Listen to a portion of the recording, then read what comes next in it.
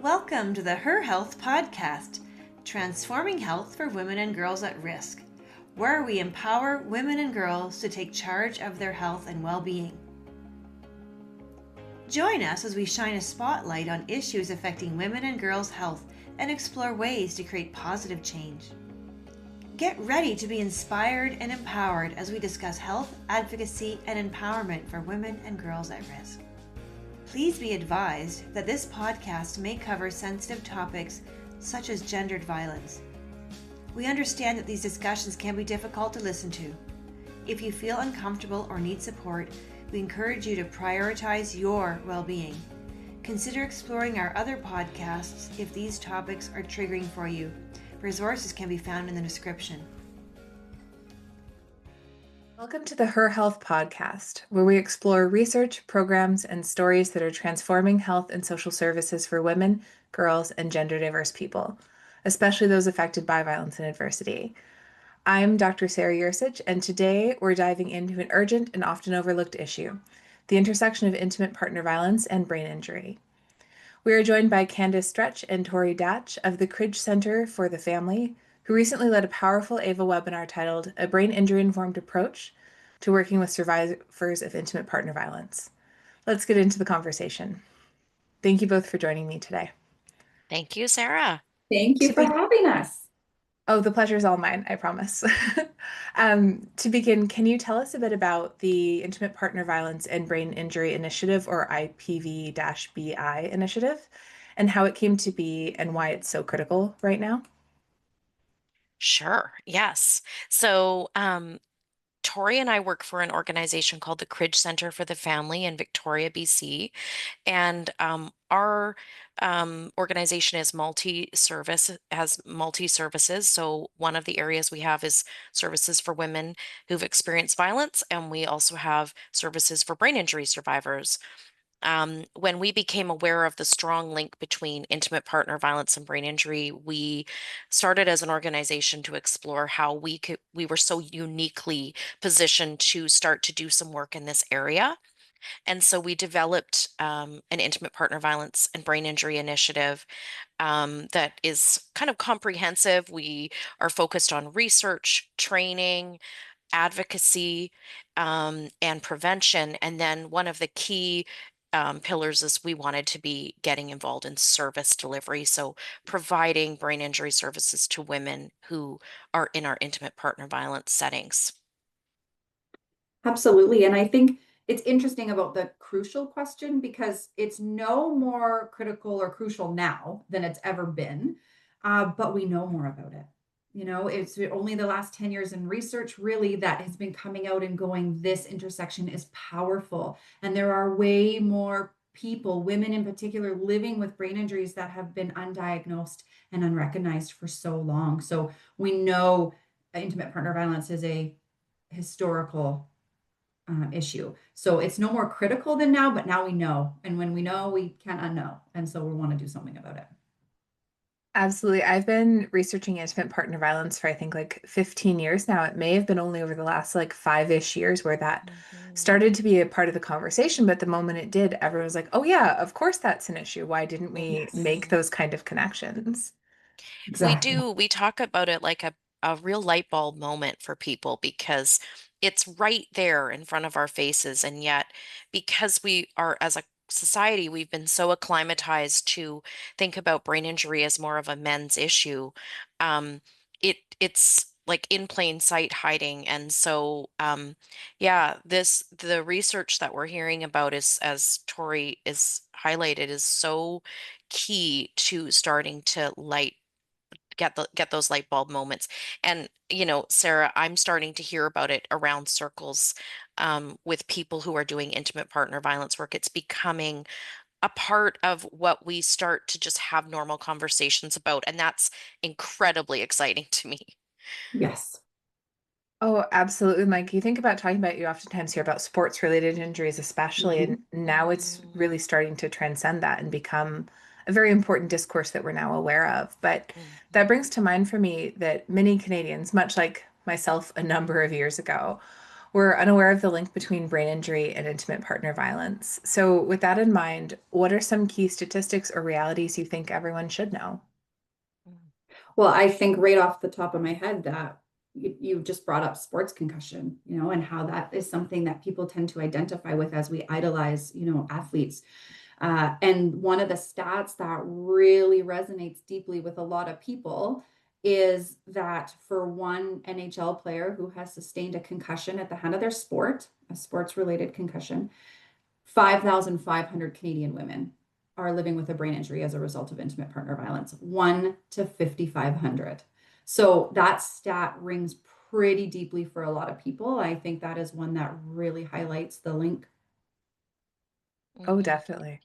And, when we look at women who've experienced acts of violence at the hands of an intimate partner, we know that studies are kind of showing somewhere between 75 and 90% of those women will have experienced a blow to the head or the neck, um, a banging of the head or neck against an object, or strangulation is exceedingly common. That is the stat, I think, is 60 to 90% of intimate partner violence episodes include strangulation. And we Mhm. hear stories all the time of women who have been repeatedly strangled by their partner and have never received any sort of medical support for that. So, um, when you look at all of that, it's really not surprising that estimates are that up to 90% of women who have been in a violent relationship are living with a brain injury. And I think that strangulation in particular, there's a lot more research coming out about that too. And there's a few real scary pieces around that, as you can imagine. One, it's often invisible. So there is damage, significant damage that has happened, and doctors can't see it. That's a challenge. If she has even sought out medical attention, because that may not be possible for her. But it's the invisibility of it, which brain injury in general is challenging for many survivors because it's invisible. So that's tough. The other about strangulation is the risk that puts women at for stroke, for carotid dissection, and there being, happening weeks, months down the road, and there being a stroke, which again is another brain injury. So she may have experienced one at point of strangulation, and then again if there's a stroke down the road. So that's really scary. And then the other one is the stats coming out about when strangulation is a part of that violence, the higher risk that puts you for death, for that violence to increase to a point in which it takes her life. That so brings to mind for me like the idea if you look at the BC 19 risk factors or however many we have now, I know we've added to the list, Mhm. or any risk assessment tool, you talk about things like strangulation, which of course would lead to brain health or brain injury, but we've never really made that connection. Yeah.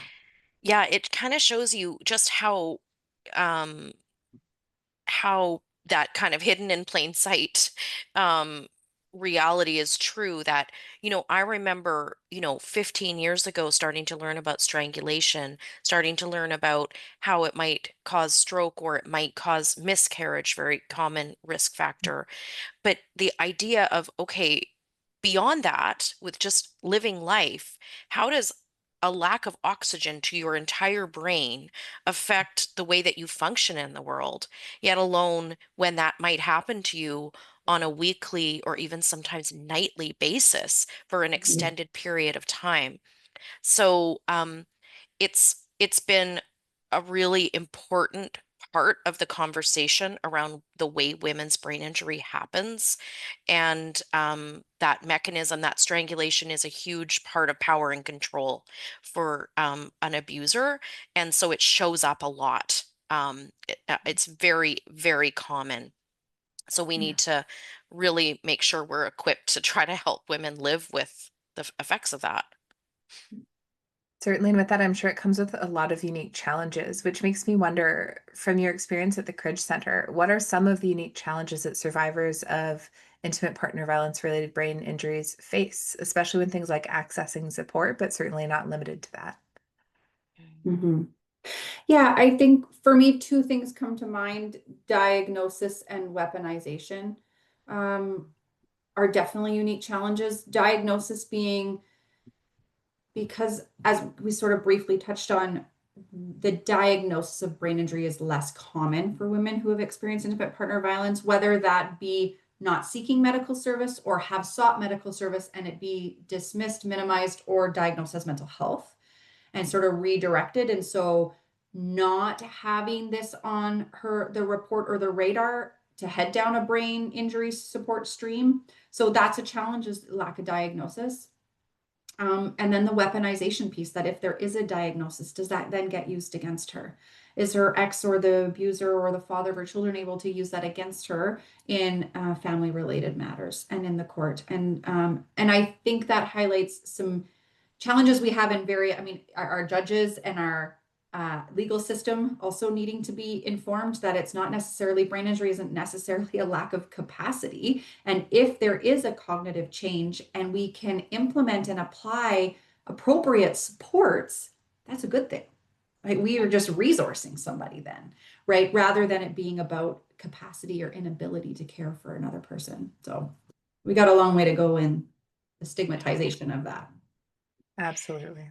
And just kind of adding on to the piece around diagnosis is that we, even if a woman can be seen, like right now, the mechanism for diagnosis is typically a scan, and that and impacts to the brain are not necessarily captured on a scan after a short time period, that kind of 24 to 72-hour time frame. Typically, a woman who has a brain injury from intimate partner violence is having a conversation about that brain injury weeks, months, even years post injury. So there is no real mechanism for diagnosis. And that diagnosis is the key. It's the open door to a lot of services and supports. So I think we really see a need to say, if we want to acknowledge women's brain injury and we are still saying that you need to have a diagnosis to get these supports, then we need to look at how we can diagnose differently, because women are just not going to be coming into the emergency room the way a football player would, or the way someone on a motorcycle who got in a car accident would. It's very, very different. So that's a huge hurdle. And Mhm. and then the other piece I would just say is, like, really, this is so new for women to be thinking about, and uh, there's a lot of stigma. So just really the need to normalize this and make a public awareness of this issue, so that people don't feel like this is some sort of um, big, huge, sort of scary, stigmatizing thing that they have to now carry as a burden, but that it's like, okay, this is actually very normal, and I can find support and acknowledgement of this in my community. So, Yeah. Certainly. And I think one of the approaches, especially that your work and your center's work does, is you really emphasize trauma and brain injury informed care. So, can you tell me a little bit about what that looks like in your practice for your team, for the women you support? Mhm. Hmm. Do you want to jump in, Tori, or? Sure. Um, I think one of the parts that can get challenging or blurry or unclear is that we know symptoms of trauma and symptoms of brain injury can look really similar. And so that sort of begs the question, do we need to identify and put it in only one camp, or is it okay that we can say, yes, these are looking similar, and IPV services and brain injury services are both bringing tools to the table that could help? So the way Candace and I have been able to sort of each pick a lane is that the IPV supports, the supports Candace's team is providing to women, are around safety and housing and navigating the legal system and these elements. Police reports, protection orders, parenting support, working with the Ministry of Children and Families, securing housing, having some stability. Those are all safety and counseling. Those are coming from generally from women services. The brain injury supports are looking at those tasks of activities of daily living. So it's going around memory issues, accessing medical care, following up with doctor's appointments, household maintenance, making sure there's a routine, taking medications. So kind of trying to look at that sort of safety, housing, managing risk, legal issues, and then activities of daily living and making sure that she's functioning well. So yeah, each trying, both sides having a goal and having that purpose, but they do tend to overlap a lot because the symptoms will look really similar at times. And I think, part of providing brain injury informed and trauma informed support is just creating spaces that are able to be adapted and to the needs of a particular client who may be experiencing some of the impacts of brain injury. So just and some of this is really rooted in training our staff and making sure our staff understand this strong connection and that they have even though we don't expect our transition house staff or our second stage to be experts in brain injury, but that they just have enough knowledge to be able to go, wait a minute, this person is losing focus. I need to shorten our meeting times. Maybe we need to have 3 15-minute check-ins instead of one 45-minute check-in. I'm going to turn down the lights. I'm going to check and see if there's any smells in, maybe this new lily plant I have needs to go out the door while I have this check-in with this person. Um, so having that training so that people do understand the common symptoms and challenges of coping with a brain injury and they can adapt their environment. Um, and also just we spoke about normalizing having information, tools, and resources up in your offices, in your program spaces that just cue to people, oh, brain injury is normal. Oh, this agency is kind of thinking on these terms and might know a little bit about this. So, be it written material, be it, we have little packages, what do you call them? Kits that welcome kits that are offered to the women in our transition house that have, things like earplugs and, light blocking masks for sleep, those types of things. That really cues people and provides that sense of safety for people. Mhm. Certainly, and it's the smaller cues too that really facilitate feelings of safety. Absolutely. Mhm, mhm. Yeah. In your webinar, you shared a few practical tools that would be helpful for your staff, for other frontline workers. Could you walk us through one or two key strategies or resources that others can begin using? Mm, Yeah, I think brain injury services and support in general are really about adaptability, and innovation and creation. Like it is about living in the space where there's a way, there's another way. And sometimes I know it can be efficient to do the same thing and apply the same process every time. And it just in brain injury, no brain injury is the same. They're like snowflakes. There's no brain injury that has affected someone exactly the same and presents exactly the same way. So it is about being adaptable and creative and being able to go, oh, okay, what's a different way I can do that? And it can be the smallest little change. So just that living in that space of there's a way. There is a way around this, and how do we help you navigate this new brain? I think some of the most practical tools, I think the helps tool is a really important one, HELPS. And it's not a diagnostic tool, but it is a really helpful resource for workers, for people who are supporting women who especially have experienced intimate partner violence and potentially living with a brain injury to help you determine if this is a likelihood. And that's all it is going, is it likely that this woman is dealing with some cognitive effects of a brain injury from this violence? And that just giving you the indicator to apply some slightly different approaches to your work. mhm. And we shared in our webinar about the abused and brain injured toolkit, which is an incredibly dense resource. There's so much information there, but there's a section on support strategies and that really goes through sort of each element of living with a brain injury, things like lack of sleep, sensitivity to noise, sensitivity to smell, forgetting. Um, all of the different things, and it really kind of walks you through how you can support women to cope with these. What are the simple tips that you can use? I think of some of the work that I've seen my colleagues in brain injury do with our women in our second stage housing program. Things like, walking into her home and recognizing that she has visual neglect on one side. And so setting up the most important things that she needs to use in her kitchen on the right side of the kitchen because she can't see as well on the left side. Um, Installing grab bars into the shower because she's slipping.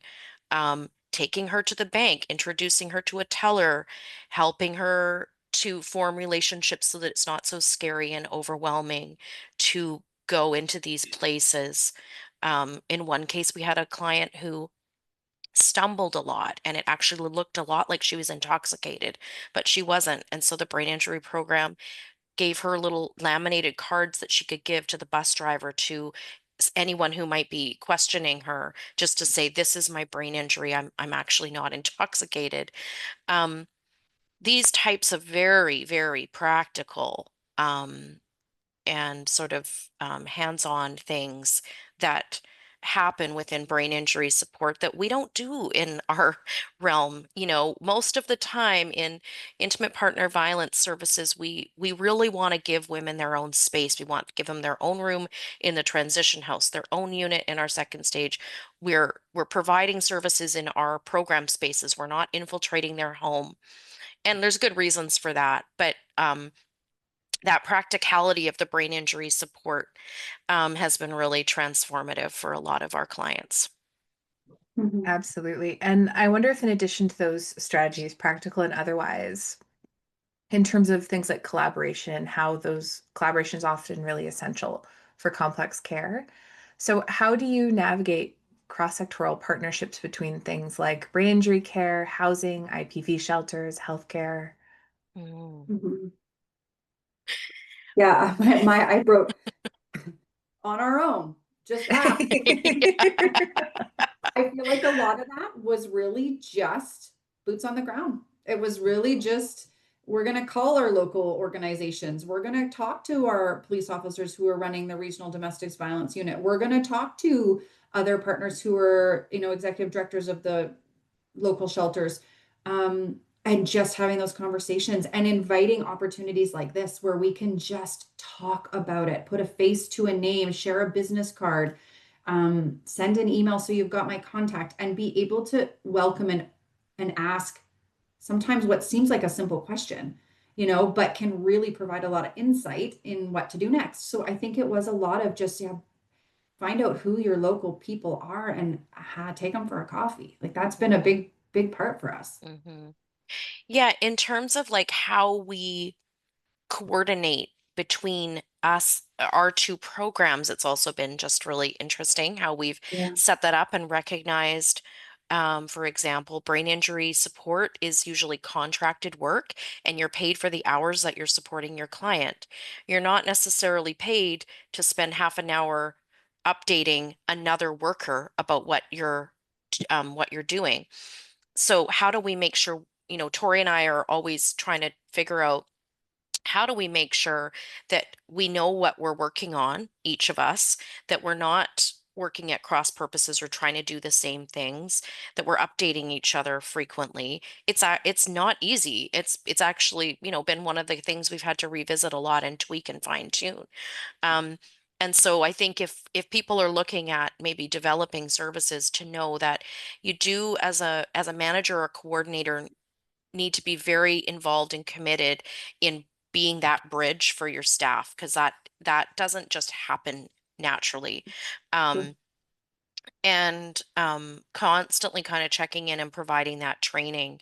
And I mean, also, we've recognized in providing services that we knew we were potentially opening a bit of a can of worms. We knew we were going to probably have clients that we would start serving and supporting, that we would find there's nothing out there except for us to support. We don't have a continuum of care really in our province. And really, it's when you look around in our country for women who have had brain injury from intimate partner violence. The services supports don't really exist. So we've had to step out in faith and provide services sometimes and stretch ourselves a little bit thin. And that's something we knew we would have to do, but it it is a consideration for people that, if you're going to start doing this service provision, you're going to encounter clients that have high needs and maybe increasingly high needs, and you might not necessarily be able to find a place that's going to serve those needs. So being willing to maybe step outside sometimes what your role is and continue to provide some services to women that maybe their needs are a little beyond what you would typically serve. Certainly. And something comes to mind for me, albeit a little bit of a shift. We've talked a lot about things like gaps in knowledge or where gaps exist even in policy or in practice. So, in your perspectives, what kind of shifts, being things like policy, practice, public perception, would you like to see most to better support women experiencing IPV-related brain injuries? Mm-hmm. I have a list. Oh, launch into your list, Tori. I think when it comes down to policy, I think we need to do a better job in Canada of ensuring there's consistent supports for survivors of brain injury in our country. The national strategy on brain injury is super important. Bill C-277 canceled and sort of died at order with the government change, and a new bill is now being launched. And so this is to ensure that federally we are making a statement that brain injury is incredibly prevalent and extremely common, and there are too many people impacted that are not being served or recognized for the challenges that they're dealing with. And our system isn't set up to be adaptable and welcoming to doing things differently, like we're trying to do one-on-one support. So I think something like a national strategy that would mandate provinces to deliver brain injury informed care as part of our healthcare system. So that's a big one. I think diagnosis is in practice. That's a challenge. That is a barrier. If right now the only way you get service, if there is even service in the province or area you live in that province, whether there is even service, you need a diagnosis to get it, and that's a real challenge. The other thing that tends to be a real differential too between Candace's services and IPV and mine and brain injury is that brain injury services, I'll bet there is often a recovery and a rehabilitation, and there is a lot of research and backing around the fact that neuroplasticity works and our brain can regenerate and it can find new pathways, but a brain injury is forever and it often impacts your life forever. And you may find new ways in which to function well in life. And there also may be new things that pop up as a result of that. And then so brain injury services are often long-term. They may look less, but having supports and someone to lean on is important. And so the long-termness of a brain injury, someone living with a brain injury, is important. Once safety's been reached and housing is reached and legal issues wrap up, and then there's still these challenges navigating new pathways sometimes. So I think the long-termness of impacts of brain injury are something that, again, our system is not equipped to handle at this time. And then, like Candace said, that continuum of care. We have women who, especially women with brain injury, aging with brain injury, where maybe there are more complex medical needs or there are more acute medical care. And now you've got so many intersections coming together, and we just don't have the infrastructure and facilities and models to care for these women that would address long-term impacts of trauma, long-term impacts of brain injury, aging, healthcare, women's health and the change in women, hormonal changes, the impacts of that go along with brain injury. There's just so much, and we just don't have a model of care for that yet. Certainly. And yeah, I think in terms of a dream I would have is that funders of transition houses and second stage housing, which is typically most often funded provincially, would start to look at, can we fund brain injury informed spaces? Can we fund a brain injury liaison worker for every transition house and every second stage housing Yeah. program? Can we fund units that are set up to be brain injury informed so that they're more soundproof, they're more adaptable to light, to to all of the factors? That's a huge thing that I find in housing women fleeing violence who have a brain injury, is that they are our housing is not always adequate, and we're constantly dealing with them struggling to cope in an apartment that they can hear every sound and every cough and everything that their neighbor is doing. So I'd love to see our housing, specifically our programs that support women fleeing violence, start to become more brain injury informed. Certainly. And this kind of brings me to just the last question that I have for you both is, for anyone who's listening who may want to support your work or learn more, where can they go or what can they do? So the Cridge has a pretty comprehensive page on our website about this initiative, the IPV and BI initiative at the Cridge, with lots of resources and links to some of the things we've talked about, the ABI toolkit, the SOAR information. And so absolutely encourage people to check that out. And they can find our contact, Tori and I, on there as well, and reach out if they just have some questions or want to have a conversation. That's great. Well, truly, thank you both so much for both this fabulous conversation, also your webinar. I certainly learned a lot, and I'm certain that our viewership and listeners did too. Well, thank you, Wonderful. Sarah. Thank Happy you. for everyone listening to be a part of the conversation, for sure. Thank you for having us. Our pleasure, completely. Thanks for joining us on the HERHealth podcast, transforming health for women and girls at risk. Remember, your health matters, and together we can make a difference. Until next time, remember to prioritize your health and well-being. For more resources and support on issues affecting girls, women, and gender-diverse people, visit our website at avatraining.ca. This is Dr. Nicole Letourneau. Thank you for listening.